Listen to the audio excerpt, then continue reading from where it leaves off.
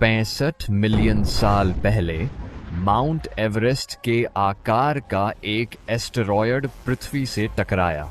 यह टक्कर एक साथ फटने वाले 1 बिलियन न्यूक्लियर बमों के बराबर थी, जिससे एक ऐसी प्रलय आई जिसने शासक डायनासोरों का सफाया कर दिया। टक्कर के बाद भारी बल के कारण पृथ्वी की पपड़ी में हिंसक बदलाव हुए। भूकंपीय तरंगे कुछ ही मिनटों में पूरी दुनिया में फैल गईं।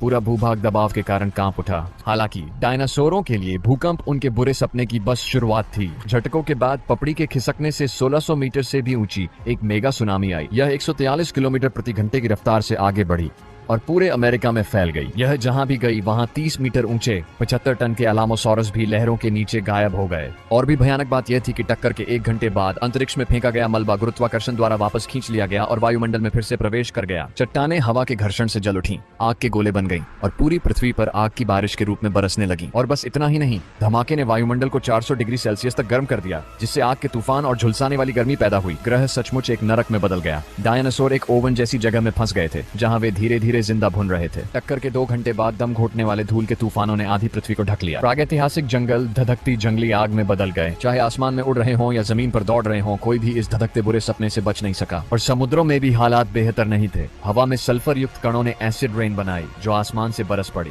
समय के साथ लाखों सालों में बनी कोरल रीफ्स खत्म हो गईं। शक्तिशाली मोसासॉरस सहित अनगिनत समुद्री प्रजातियां विलुप्त हो गईं। आने वाले दिनों में धूल के एक घने बादल ने सूरज की रोशनी को पृथ्वी तक पहुंचने से रोक दिया, जिससे दुनिया एक प्रकाशहीन खामोश मौत में डूब गई। इस प्रलयंकारी घटना में 100 मिलियन से अधिक वर्षों का डायनासोर का शासन समाप्त हो गया। लेकिन इस सामूहिक विलुप्ति ने स्तनधारियों के युग के तेजी से उदय का मार्ग प्रशस्त किया।